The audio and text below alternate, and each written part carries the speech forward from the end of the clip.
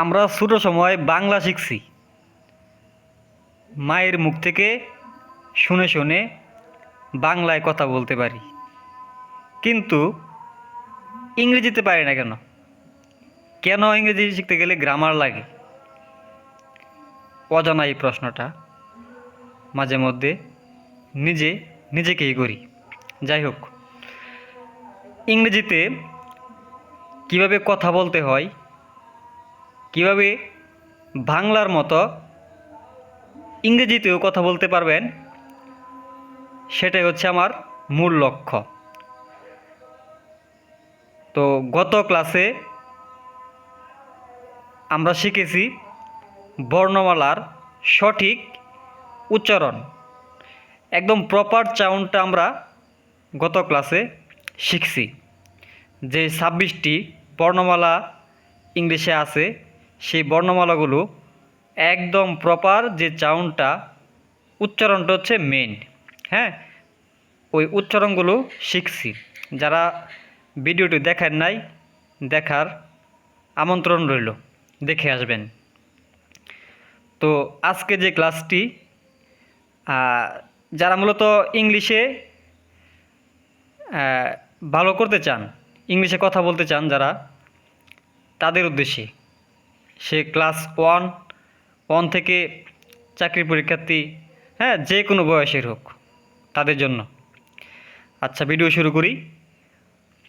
Room কক্ষ, pen কলম, pencil pencil, বুক বই, chair chair, table table, light bulb বা বাতি, ওয়াল দেয়াল, ফ্লোর মেঝে, উইন্ডো জানালা।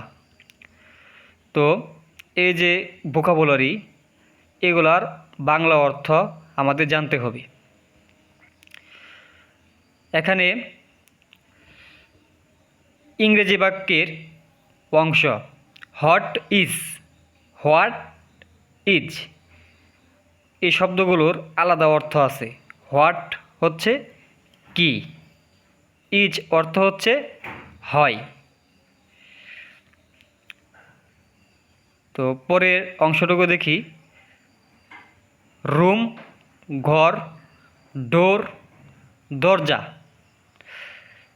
পিকচার ছবি, বক্স বাক্স, পেপার কাগজ, টেলিভিশন,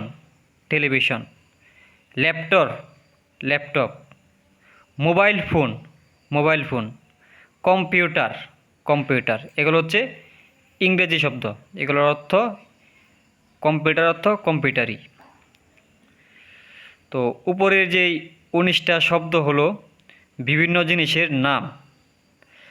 গ্রামারবিদগণ এগুলোর নাম দিয়েছেন নাউন। তো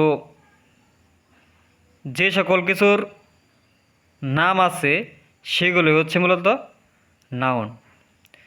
তো ভিডিওটি লম্বা করব না, আর নেক্সট ভিডিও যারা চান অবশ্যই কমেন্ট বক্সে জানাবেন। নেক্সট ভিডিওতে পরে যে টপিক আছে সে টপিক নিয়ে ইনশাল্লাহ আলোচনা করব।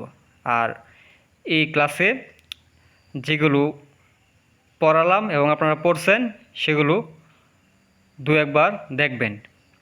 আসসালামু আলাইকুম।